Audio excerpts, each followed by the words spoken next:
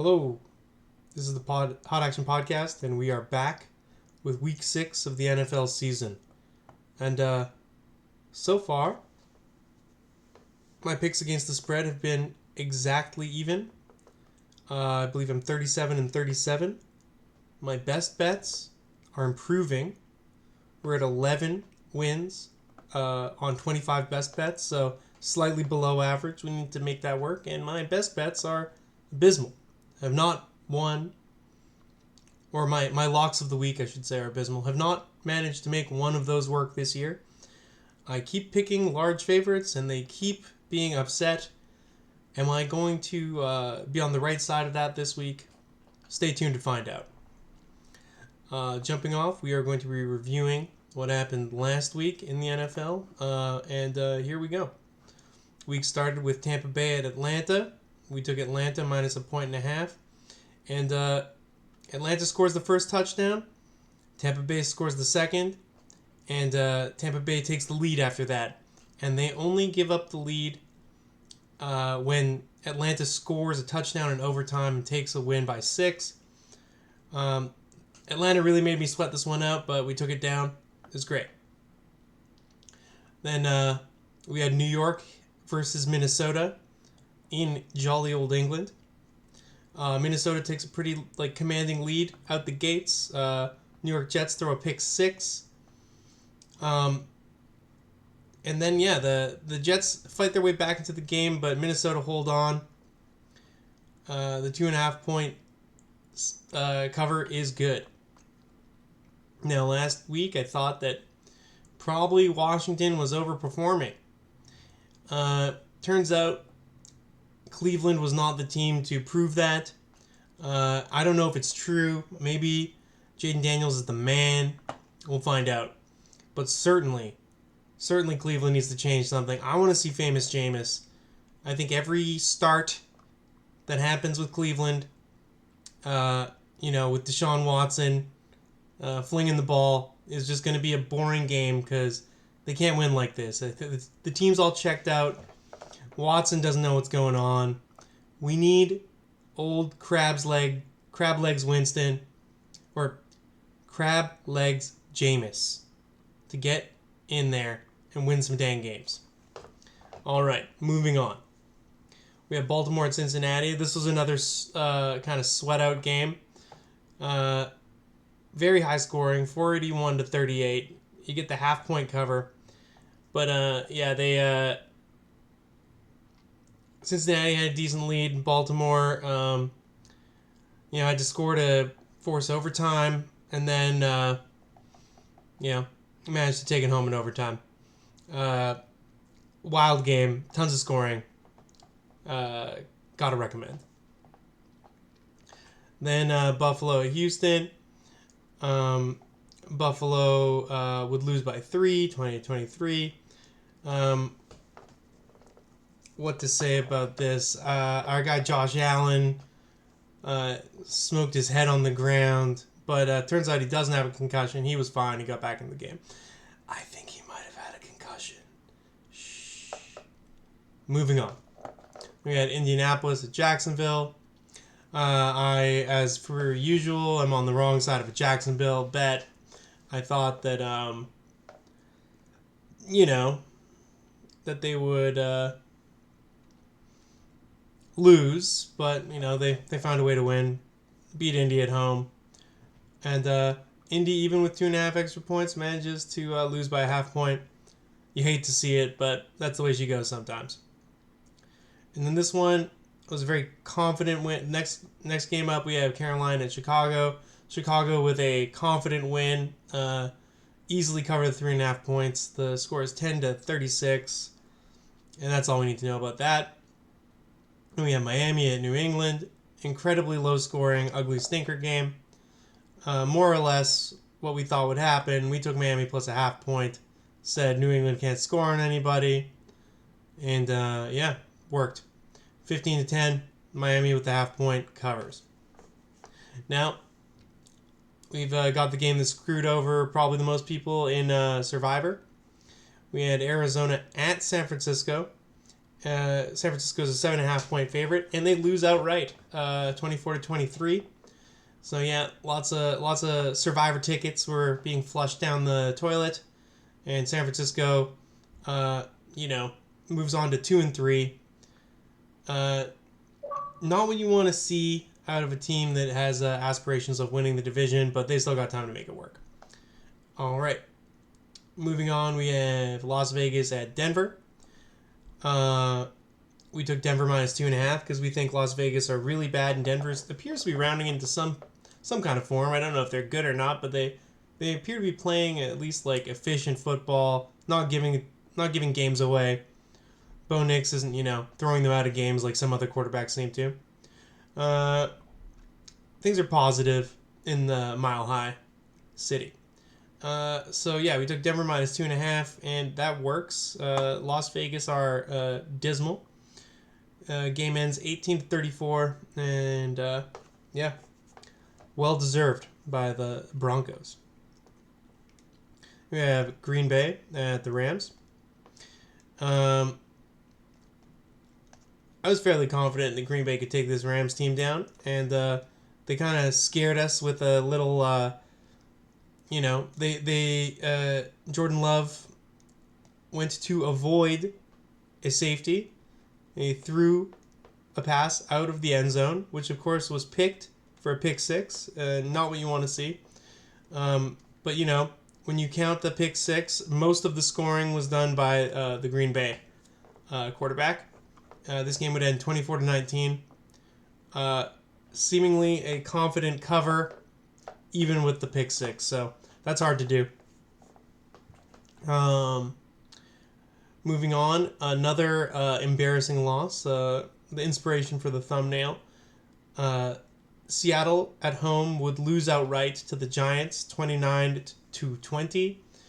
I think the scoreline doesn't exactly reflect the game as it was played necessarily, but losing, it doesn't matter if you lose when you're the favorite, how much by or whatever, you lost. But yeah, the Seattle had moved the ball into field goal range, down 23-20. They could tie it up with a reasonable length field goal, but of course the Giants blocked the field goal and run it in for a touchdown. So the 9-point deficit looks pretty bad, but the game was actually quite tight. Seattle, it shouldn't have been tight. Seattle were 6.5-point favorites. Embarrassing loss. But this is kind of what happens, I think, when you have a extremely inexperienced coaching staff. You're going to lose some games you should win, but maybe overconfidence means you'll win some games you should lose. Hopefully it all evens out by the end of the year. Okay, and Sunday Night Football. It was a pretty awesome game. Like, low scoring, but like pretty exciting nonetheless. We had Dallas at Pittsburgh. I thought we had this all locked up. I thought Pittsburgh had covered the game. They score a touchdown to take a 17-13 lead. Nicely in the cover zone. Dallas needs to score a touchdown to take the lead, and Dallas marched down the field, get to the red zone. 2 plays that go nowhere. Third play, running play. I believe Rico Dowdle goes over the middle, gets smoked, fumbles the ball. Dak jumps on it, and recovers the fumble. It's 4th down, do or die. Play breaks down. Dak makes magic happen. Touchdown. Dallas wins. It was pretty awesome to watch. Sorry to the Pittsburgh fans, but that was pretty cool. And also, sorry to all the Dallas haters. We have a lot of those in the audience. Exciting game, though. And then Monday night, I felt like that Kansas City was having trouble, separating point-wise from competent teams. And turns out, against New Orleans, they were able to just make that problem go away. They were just shredding New Orleans all night. And, it didn't matter that they didn't have Rashee Rice. Didn't matter that they don't have Hollywood Brown. They make it work with Xavier Worthy. What's his name? Mr. Steele. They make it work with Travis Kelce, who's, as old as the hills, and some sort of NFL house husband. But, it's the Kansas City Chiefs. You got Andy Reid sitting there in the sideline with just aura waving off him, like, just so powerful. A human walrus who knows everything about football. And he has the best quarterback in the world. So, he's going to make good things happen. Should have known. Was on the wrong side of this bet.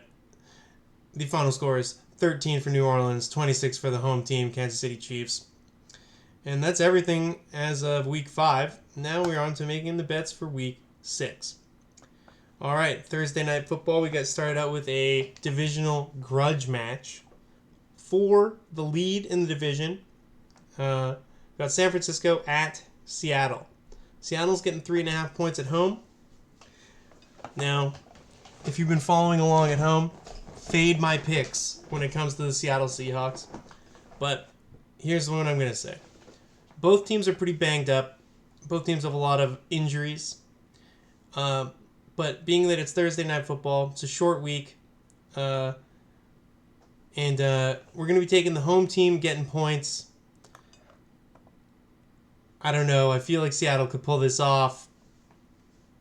San Francisco just lost to the Cardinals, who are pretty bad, pretty deplorable.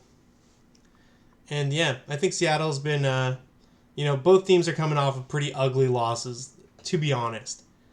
But San Francisco has to travel, and they are, short week for everybody. But Seattle's getting points at home. And, the rule is around here, divisional game in prime time, we take the points. That's what we're doing. And moving on. We got Jacksonville at Chicago. This game is in London, so it'll be on in the extra early slot. Jacksonville is kind of the home team in London, so I'm going to be taking them with the points. They know what they're doing when it comes to these London games. They've got it worked out. But yeah, this is a marginal pick here. Chicago, I think, is playing a little bit better. But yeah, maybe Jacksonville's starting to find their footing. We will see. This is the type of game that I don't think I would be betting on at all if it weren't for the, having to pick every game against the spread for this contest here. And moving on. We got first game of the morning slate. We got Tampa at New Orleans. I'm going to be taking Tampa. New Orleans, after extremely hot start, appears to be falling apart slowly. I feel like Tampa is hit and miss, but they can really light up the scoreboard if they're having a good day. So that's what we're gonna do. We're gonna take them. Then we got Arizona and Green Bay. I don't like Arizona at all. They are kind of upsetting good teams here and there, though. But I think I've got to take Green Bay at home. I don't think Matt LaFleur will allow this to go the wrong way on him. And this Arizona defense is really bad. I just think Green Bay can move the ball, and they have the home field advantage. I think they're going to make it happen. All right. We got Indianapolis minus a half point at Tennessee. Tennessee's getting a half point at home. I feel like this is, back in the day, this used to be a pick 'em. So we are taking Indy. We're taking Indy. They're able to win some games here and there. Actually, we're going to take Tennessee because Indy can't stop the run, and Tennessee is going to run the hell out of the ball. They don't trust. If it's Will Levis, they don't trust their quarterback. If it's Rudolph, he's just not very good. They're going to be running the ball. Tony P is going to, chew up the clock, win the game. Plus, you're getting a half point at home. Nothing wrong with that. All right, then we got Cleveland and Philadelphia. This is a tough one because I feel like I have to learn. I've been picking the favorite in every one of these more than a touchdown spreads, and it goes the wrong way every single week. Is this the week that it reverts? Is this the week where if you pick the favorite, they lose? I'm not even thinking about Cleveland or Philadelphia. The team names don't matter anymore. It's just the size of the spread. I've gotten screwed by this so many times this year already. Which is why I am going to... No, I can't do it. Cleveland lost by too much. Oh man, this is tough. I'm taking Philly. I'm sorry. I'm sorry to do that to all of you. We are taking Philadelphia. I can't in good conscience take this Cleveland team until they announce officially that famous Jameis is the starting quarterback. All right, then we got Houston coming to New England. I'm hearing that New England is going to be starting the rookie QB. To me, that's easy money. We're taking Houston minus 6.5. I'm sorry. I don't understand how you're going to get better in this situation. Pulling out Jacoby Brissett is not the right move, in my opinion. That's all my analysis. Also, Houston's front seven is going to make New England's O-line. It's going to give them trouble. All right. Then we got Washington at Baltimore.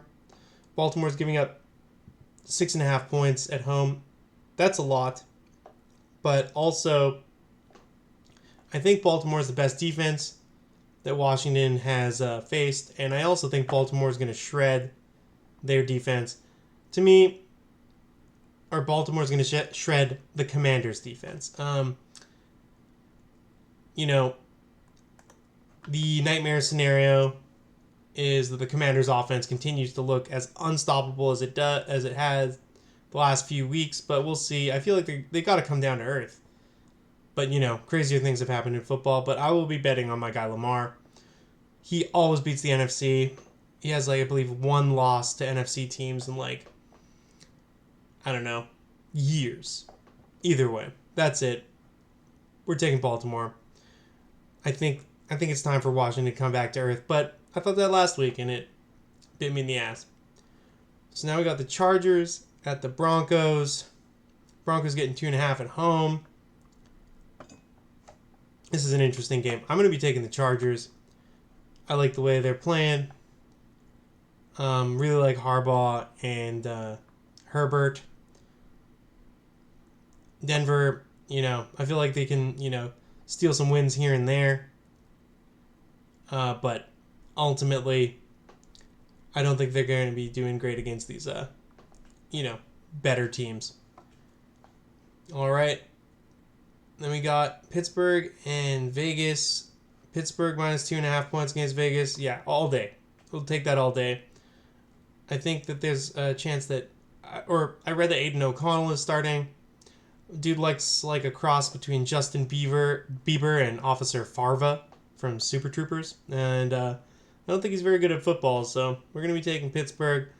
I think their defense will be absolutely abusing Las Vegas with no Devontae. Going to be tough. We're taking Pittsburgh D. This game's going to be a slop fest. It's going to be ugly. But Pittsburgh's going to, strangle the life out of it slowly. This is the same kind of bet I made with Dallas on the other side, except this time on the other side is Las Vegas. I think Pittsburgh's taking it down. All right, now we've got Atlanta going into Carolina. Atlanta's giving up 5.5 points. That's extremely easy. We're taking Atlanta. Carolina just giving up huge losses all over the place. I don't know if Dalton is healthy, but our guy Bryce Young had to step in at the end of the last game. Came in. He threw a really nice pass. But he also had to bail on a totally clean pocket to make it happen. I am not inspired by this Carolina team. I think they will be picking in the top 3 at this next year's draft.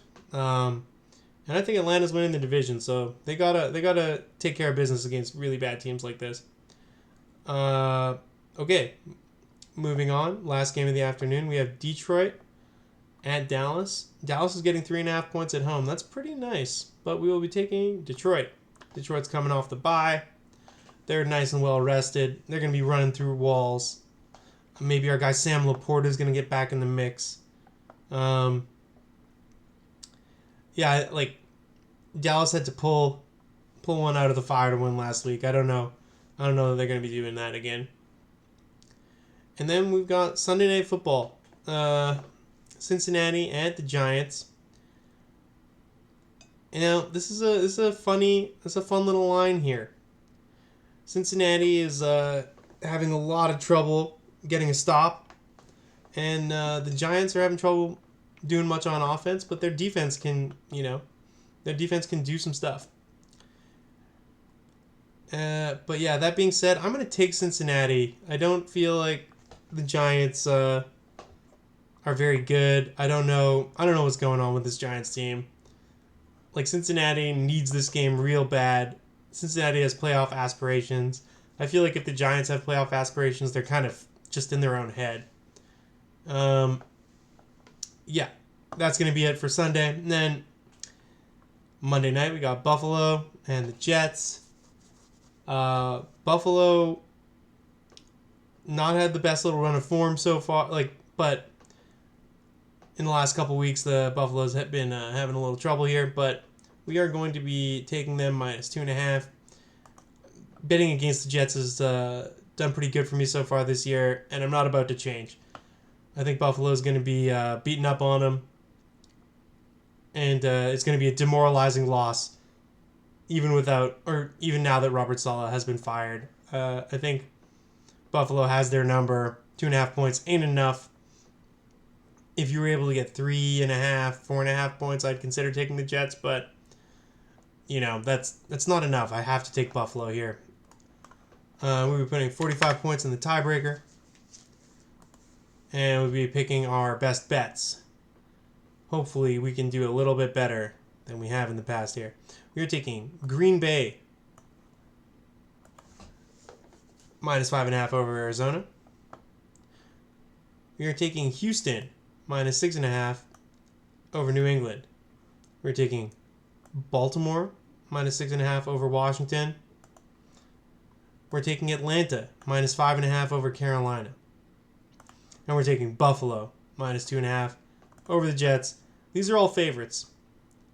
I don't know if this is just insanely stupid or not, and also, a reminder that I took Philadelphia minus 8.5 over Cleveland, even after I talked about how many times this has screwed me this year. But I'm out here to stick to my guns. And my lock of the week, what should that be? Oh my. It is not. My lock of the week is that Baltimore defeats Washington, which basically guarantees it won't happen. Let's see if I can find lightning in a bottle and lose 6 of these in a row. My most confident, my highest conviction pick of the week every week has been a loser. And yeah, let's see if we can keep that streak alive. It's basically magic. All right. That's everything for me this week, y'all. This has been the Hot Action Podcast. I'm your host, Matt Kerr, and see you next week.